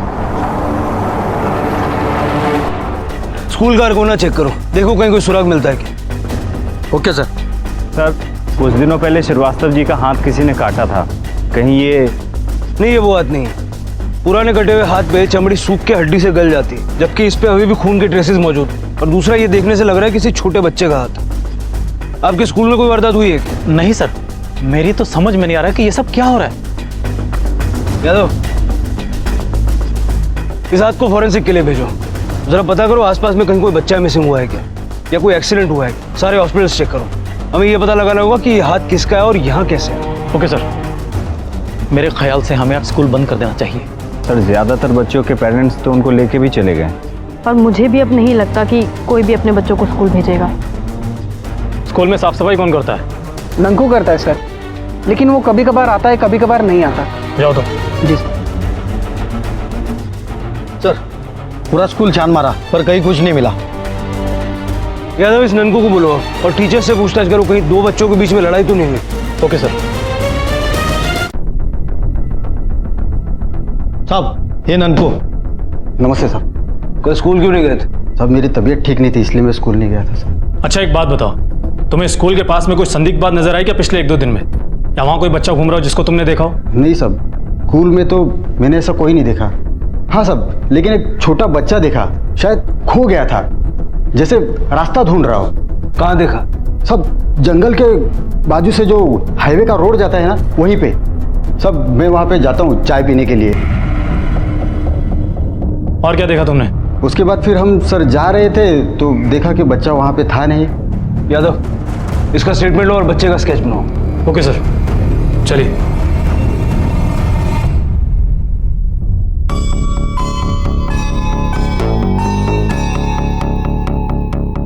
देखिए, आपके बेटे के बारे में कुछ पता चलेगा तो हम आपको बुलवा लेंगे। अगर मेरा बच्चा नहीं मिला तो मैं मर जाऊंगी। सर, फॉरेंसिक रिपोर्ट से पता चल रहा है कि काटा हुआ किसी मरे हुए आदमी का नहीं है, बल्कि किसी जिंदा आदमी का है।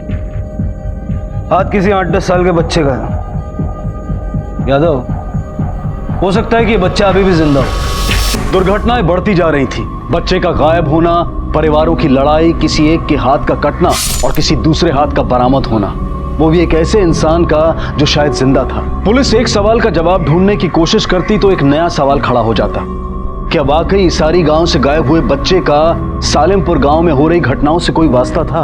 और अगर हाँ, तो ऐसा कौन हो सकता था जो एक साथ कई वारदातों को अंजाम दे रहा था और उसी सफाई से पुलिस की आंखों में धूल भी झोंक रहा था? उसकी पहचान के लिए पुलिस ने अपनी तहकीकात की रफ्तार तेज कर दी। सर, 5 दिन पहले इसारी पुलिस स्टेशन में एक 10 साल के नेत्रहीन बच्चे गुम होने की रिपोर्ट लिखवाई गई थी और फॉरेंसिक रिपोर्ट का कहना है कि जो हाथ हमें मिला था वो भी किसी 8 से 10 साल के बच्चे का ही है।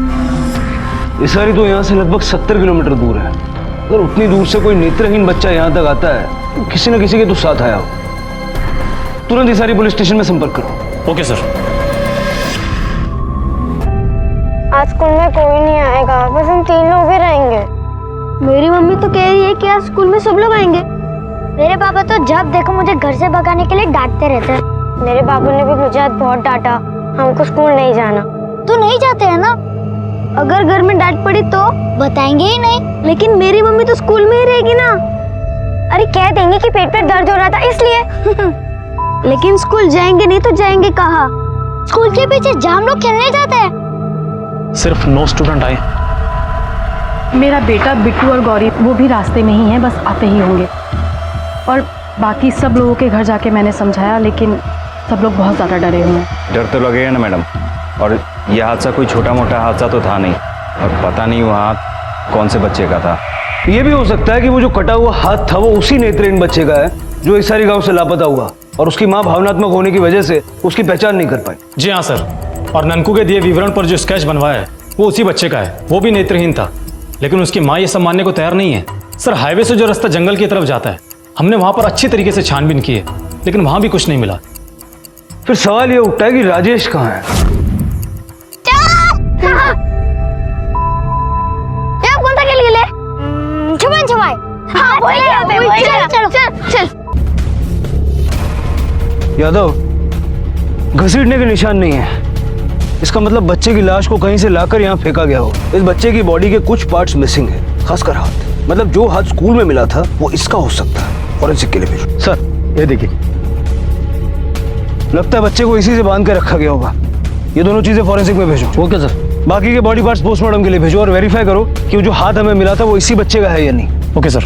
यादव, एक नेत्रहीन बच्चे को मारने के पीछे किसी का क्या मोटिव हो सकता है? कोई जमीन वमीन का चक्कर? नहीं सर, जमीन का तो कोई चक्कर नहीं है, क्योंकि हमें मिली इन्फॉर्मेशन के मुताबिक ये गरीब है। ये सारी पुलिस का तो यहाँ तक कहना है कि इस बच्चे गायब होने में कहीं इसकी माँ का तो हाथ नहीं है। सुभद्रा? लेकिन वो ऐसा क्यों करे? सर, उनका कहना है कि सुभद्रा अपने बच्चे का बोझ नहीं उठा पा रही थी। बच्चे के नेत्रहीन होने से 24 घंटों ख्याल रखती थी, और सर ऊपर से गाँव में से कोई भी इस बच्चे को नाम से नहीं बुलाता था। सब के सब अंधा ही कह के बुलाते थे। यादव, लोग जुर्म होने के बाद बड़ी बड़ी बातें करते हैं और अपनी मानसिकता बदलने के लिए तैयार नहीं होते। हो सकता है मुजरिम कोई और हो, मोटिव कुछ और। ये जमीन किसकी है? सर, श्रीवास्तव के दामाद की। श्रीवास्तव? वही जिसका हाथ कट गया था? हाँ सर, उसके दामाद राधे की। राधे?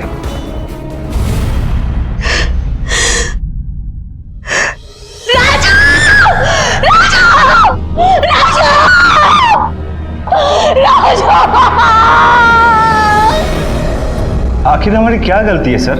हमारा क्या लेना देना इन सब से? यही तो हम जानना चाहते हैं राधे सर।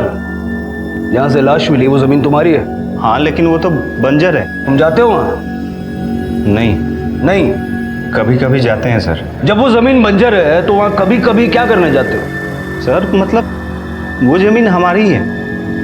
कोई चार तार लगा के वहां पे कब्जा कर लिया तो? और सर आपको पता है ना कि यहाँ पे लोग कैसे जमीनों पे कब्जा करते हैं। जहां से लाश मिली वो जमीन तुम्हारी, जिस स्कूल में कटा हुआ हाथ मिला उस स्कूल में तुम पढ़ाते हो, तुम्हारे ससुर का हाथ काट दिया गया। इस सारे हादसों में तुम्हारा नाम कॉमन आता है। ये कनेक्शन क्या है, समझाओगे जरा? सर हमारा कोई हाथ नहीं है इन सब में, आप हमारा यकीन कीजिए सर। अगर यहां से बाहर निकलना चाहते हो तो सच बोलो। जब तक ये सच नहीं बोलता इसको यहीं रखो। Okay sir. सर हमने कुछ नहीं किया सर हमारा यकीन कीजिए सर। साहब इन सब में इनका हाथ नहीं हो सकता है, ये तो हिंसा से अपने आप को बहुत दूर रखते हैं। टीवी पे भी जो कोई मार धाड़ की फिल्म आती है तो वो चैनल चेंज कर देते हैं। अच्छा एक बात बताओ, जिस तरह आपके पिताजी का हाथ काटा गया उस वक्त आप दोनों कहाँ थे? साहब घर में सो रहे थे, अचानक से जोर जोर से दरवाजा पीटने की आवाज आई। देखा तो जुम्मन भाई थे, उन्होंने बताया कि पापा का किसी ने हाथ काट दिया। 16 तारीख को आपके पति कहाँ थे? दोपहर में 2 बजे के आसपास। साहब 16 तारीख को स्कूल में ही होंगे, सुबह 9 बजे जाते हैं और शाम को 4 बजे घर वापस आ जाते हैं। मैं किसी और की जमानत नहीं ले सकता सर। आदमी होता क्या है और निकल क्या जाता है क्या मालूम। साहब अपनी बच्ची सुनीता तो ठीक है, लेकिन उस राधे का क्या बताऊं मैं आपको? क्या बताना चाहते हैं आप? साहब रामजी भाई तो राधे को कभी पसंद ही नहीं करते थे, उन्होंने राधे को कभी दामाद का दर्जा ही नहीं दिया। बिट्टू के जन्मदिन पर तो राधे की इतनी बेइज्जती की कि राधे रो ही पड़ा। अरे बिट्टू कितना सुंदर केक है। देखो दीदी मेरे नए कपड़े पापा ने दिलाए। अरे वाह, मेरा भाई राजकुमार लग रहा है। भैया पानी तो खत्म। पानी खत्म? रुक मैं ले गया।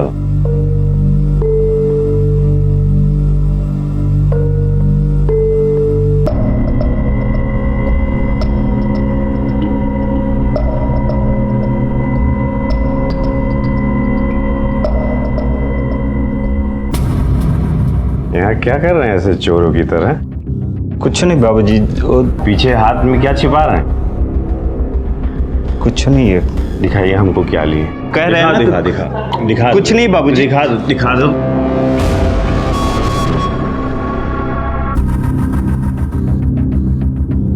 पैसा चुराए हो?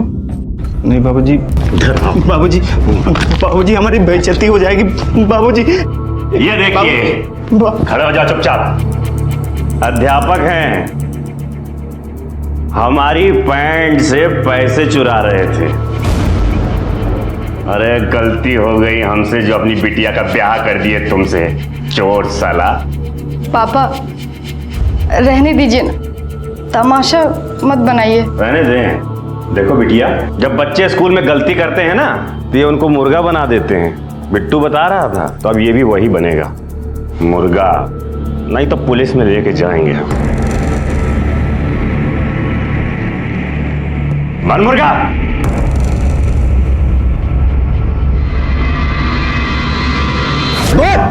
सर हाँ सर, वो पैसे हम नहीं चुराए थे क्योंकि हमको पैसों की बहुत ज़रूरत थी। बाबूजी से मांगते तो देते ज़रूर, लेकिन इतनी बातें सुना के देते कि बहुत बेइज्जती महसूस होती। इसलिए तूने पैसे चुराने की कोशिश की और बेइज्जती का बदला लेने के लिए उसका हाथ काट दिया? नहीं सर, हमने ऐसा कुछ नहीं किया है। चुप! ये बता बच्चे को क्यों मारा? सर हम किसी बच्चे को नहीं मारे। इसकी क्लास लगा दे रहे हो जब तक ये सच नहीं उगलता। सर हमारी बात मानिए सर। एक आदमी पकड़ा गया, उसने मेरे बेटे का खून कबूला किया। देखिए पुलिस उससे पूछताछ कर रही है, अगर उसने जुर्म किया होगा तो वो कबूल भी लेगा। तो ठीक है, जब तक मेरे बेटे का कातिल नहीं मिल जाता मैं यही रहूंगी, यही पुलिस स्टेशन के सामने अनशन पर बैठूंगी। और मेरे बेटे को जब तक न्याय नहीं मिल जाता तब तक ना मैं कुछ खाऊंगी और ना पानी का एक बूंद पीऊंगी। सर, राधे के बारे में पूछताछ करने पर एक अजीब सी बात सामने आई है। 5 साल पहले उस पर एक स्टूडेंट से छेड़छाड़ करने की कंप्लेंट दर्ज हुई थी, जो बाद में उस बच्चे के माँ बाप ने वापस ले ली थी। नेत्रहीन राजेश की बॉडी स्कूल टीचर राधे की जमीन से बरामद हुई थी, इसलिए वो इस केस का सबसे पहला संदिग्ध बना। पुलिस उससे हर जानकारी जुटाने की कोशिश कर रही थी। क्या वाकई राधे का इस केस से कोई ताल्लुक था? क्या उसी ने राजेश की हत्या और श्रीवास्तव का हाथ काटा था? इन सभी सवालों के जवाब पुलिस राधे से जानना चाहती थी।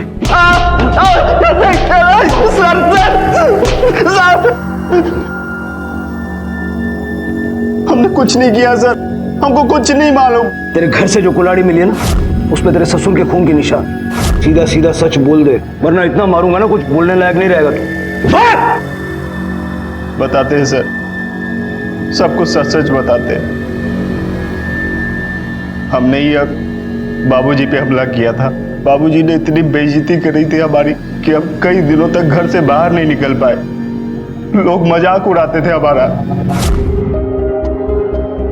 हमारे दिमाग में बस यही चल रहा था कि कैसे हम अपनी बेइज्जती का बदला लें।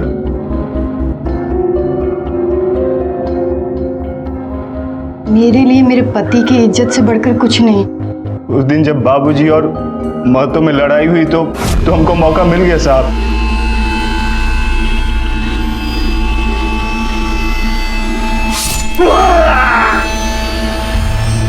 हमने सुना था कि कटे हुए हाथ को अगर तुरंत जोड़ा जाए तो डॉक्टर उसको जोड़ सकते हैं, इसलिए हमने वो हाथ वहां से उठा लिया। और बच्चे को क्यों मारा तू? साहब हमने किसी बच्चे को नहीं मारा, हम तो उस बच्चे को जानते भी नहीं है। हमने सिर्फ अपने ससुर का हाथ काटा था बस, बाकी हम किसी बच्चे को नहीं मारे साहब। साहब हमारी बिटिया कहीं खो गई है, हम बहुत खोजे लेकिन कोई पता नहीं चल रहा है। बैठिए आप लोग। आखिरी बार आपने अपने बच्चे को कहाँ देखा था? वो खेलने जा रही थी साहब, और फिर हम पासी में दूध लेने चले गए। माँ, मैं राजू और बिट्टू के साथ खेलने जाऊं? खेलने जाओ, पर ज्यादा दूर मत जाना। ठीक है। जल्दी आना बेटा। हम लौटे तो वो घर ना ही लौटी थी। जब 2 घंटा होगा तो हमको बहुत चिंता होने लगी। हम बिट्टू के घर गए तो पता गिरा कि वो लौट आया है, पर अगली बच्ची नहीं लौटी थी साहब। अबे गौरी जाने कहाँ चली गई। गौरी मेरे घर आई थी, फिर हम लोग राजू के घर गए, वहाँ से निकले तो खेलने गए, लेकिन थोड़ी देर में हम बोर हो गए थे। तो बोर हो गए हो, चलो उस तरफ चलते, खंडर की तरफ। पागल हो गई है क्या? माँ ने मना किया ज्यादा दूर जाके खेलने को। हम तो घर आ गए, फिर हमें नहीं मालूम गौरी घर गई या फिर खंडर। अंकल यही बस।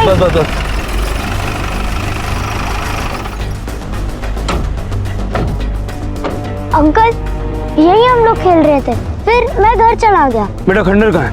उस तरफ। आप इसे ले जाइए। सर खंडर जाने के लिए शॉर्टकट रास्ता है।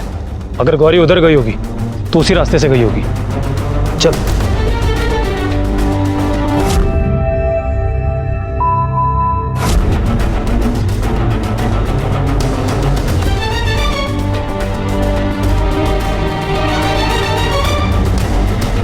छोड़ दो मुझे, छोड़ दो मुझे, छोड़ दो।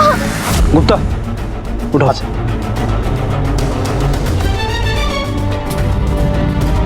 गुप्ता हाँ सर।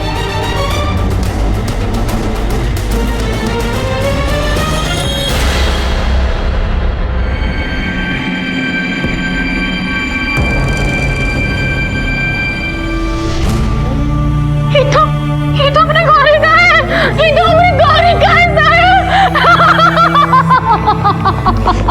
किसी भी हादसे का एक दूसरे से कोई संबंध नहीं बन पा रहा था।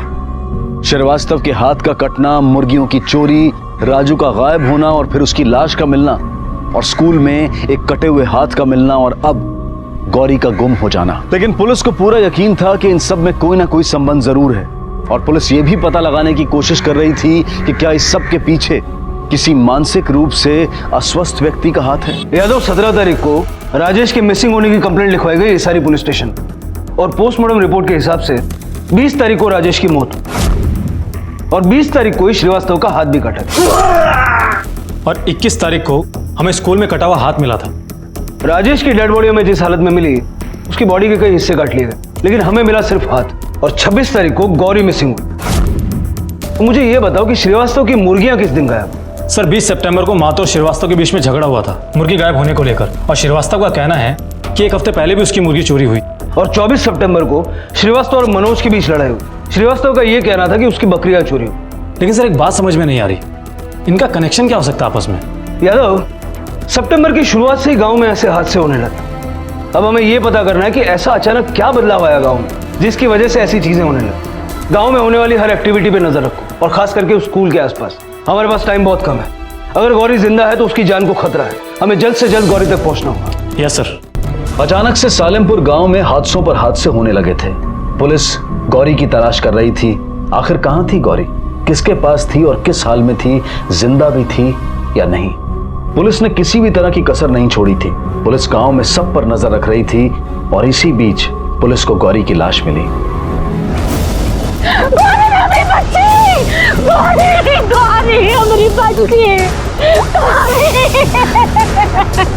एक तरफ राजेश की मां सुभद्रा खाना पीना छोड़कर अनशन पर बैठी थी, इस धमकी के साथ कि जब तक उसके बेटे के कातिल का पता नहीं लग जाता वो इसी तरह अपना विरोध करती रहेगी।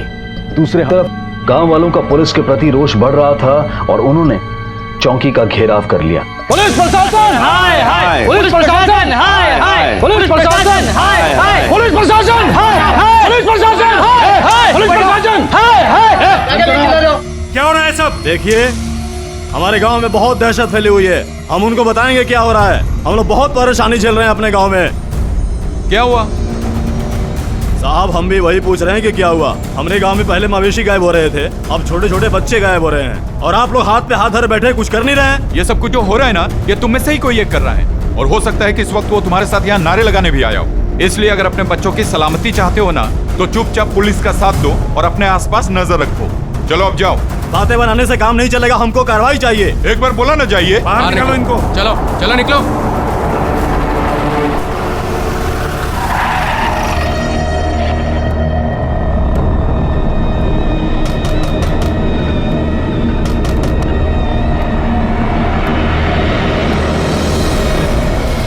आप लोग मुझे यहाँ क्यों लाए हैं? मैंने क्या किया है? शालिनी जी, जब से आप इस गांव में आई हैं जानवरों की चोरी और भी कई हादसे बढ़ गए हैं। इससे पहले सब कुछ ठीक था।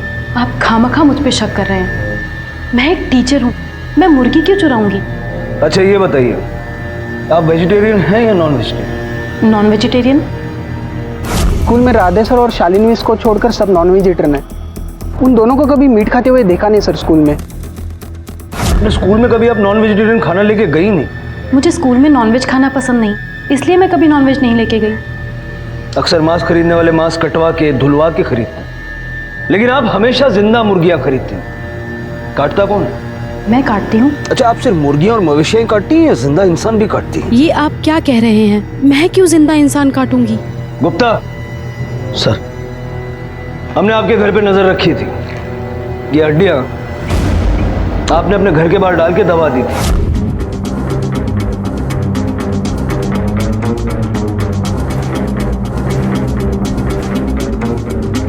उन हड्डियों को जब हमने टेस्ट के लिए भेजा तो पता चला कि इसमें कुछ इंसानी हड्डियां भी हैं, बच्चे की उंगलियों की हड्डियां। अब सीधा सीधा सच बताओगी या अपना तरीका अपना है?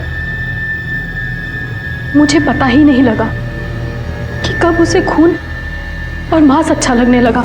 मुझे लगा कि दीपू को नॉनवेज पसंद है, जबकि मैं पूरी वेजिटेरियन हूँ। फिर भी मैं उसके लिए मार्केट से नॉनवेज डिशेस लाती थी, पर उसने नहीं खाया। जल्द ही मेरी समझ में आ गया कि दीपू को मांस खाने में कोई इंटरेस्ट नहीं है, उसे मांस कटाते हुए देखना अच्छा लगता है। फिर अचानक एक दिन मैं घर आई और मैंने देखा कि दीपू एक मुर्गी को पकड़े हुए और उसे बड़ी बेरहमी से काट रहा है और उसके हाथ में खून लगा हुआ है। मैंने बहुत डांटा दीपू को, बहुत गुस्सा किया। उसने खाना पीना छोड़ दिया। मुझे लगा मुझे अगर अपने बच्चे को बचाना है तो उसके इस अजीब शौक के लिए उसे जानवर देना ही पड़ेगा। मैं हर रोज़ उसके लिए कसाई की दुकान से एक जिंदा मुर्गी लाती। फिर उस दिन मैंने स्कूल में वो कटा हुआ हाथ देखा तो मैं समझ गई कि ये दीपू ने किया। और मैंने दीपू से पूछा तो उसने मुझे बताया कि उसने एक छोटे से बच्चे के हाथ में खरोंच से खून निकलता हुआ देखा और वो उसके पीछे चला गया। उसने उसको मार दिया। फिर मैंने उस बच्चे को जंगल में ही काट दिया। सर, एक दिन मैं स्कूल गई हुई थी, पीछे से बिट्टू और गौरी आए खेलने के लिए, बुलाने के लिए दीपू को घर आए, पर दीपू ने मना कर दिया। उसके बाद गौरी को अकेला देखकर दीपू ने गौरी का पीछा किया और उसे भी मार दिया। छोड़ दो मुझे, छोड़ दो मुझे, छोड़ दो। मैं समझ गई थी कि मेरा बेटा नॉर्मल नहीं है। अगर मैं उसकी जरूरत पूरी नहीं करूंगी तो वो अपनी जरूरत के लिए कुछ भी करेगा और फिर लोग उसे पागल, पता नहीं क्या क्या बोलेंगे। और कोई नहीं समझता कि वो बीमार है और वो पकड़ा जाता। आप तो एक शिक्षिका है ना, दूसरों को ज्ञान देती हैं, उसके बावजूद ये मानसिकता। अपने बच्चे को बचाने के चक्कर में आपने दूसरों के मासूम बच्चों को जान से मार दी और एक तरह से अपने बच्चे को अनाथ कर दिया। माँ हमेशा ही अपने बच्चे के लिए कुछ भी कर गुजरती है, ये उसकी ममता का स्वभाव है। शालिनी ने भी जो कुछ किया वो अपने बच्चे के लिए ही किया, वरना शायद उसके बच्चे को पागल घोषित कर दिया जाता। अपने बच्चे की मानसिक स्थिति को छुपाने के लिए उसने दीपू के अपराधों को छुपाने की पूरी कोशिश की। अगर सच में शालिनी अपने बच्चे का भला चाहती थी तो उसे उसका इलाज करवाना चाहिए था। क्या इस गलत सोच की जिम्मेदार सिर्फ वो माँ शालिनी है या फिर हम सब भी हैं? क्या हमारा ये समाज बड़े आराम से शालिनी के बच्चे की बीमारी को स्वीकार कर लेता? उन दोनों बच्चों के लिए जितनी शालिनी जिम्मेदार है उतना ही जिम्मेदार है हमारा ये समाज, जिसके डर की वजह से उसने ये गलत कदम उठाया। इसी विचार के साथ अब मैं अनूप सोनी आपसे विदा लेता हूं। फिर मुलाकात होगी अगले एपिसोड में एक और चौंका देने वाले केस के साथ। तब तक अपना और अपने परिवार का ख्याल रखें और देखते रहें क्राइम पेट्रोल डायल 100। सबक एक को, सीख हम सबको। जय हिंद। क्राइम पेट्रोल के और भी दिलचस्प कहानी देखने के लिए हमारे चैनल को सब्सक्राइब करें और बेल आइकॉन दबाना न भूलें।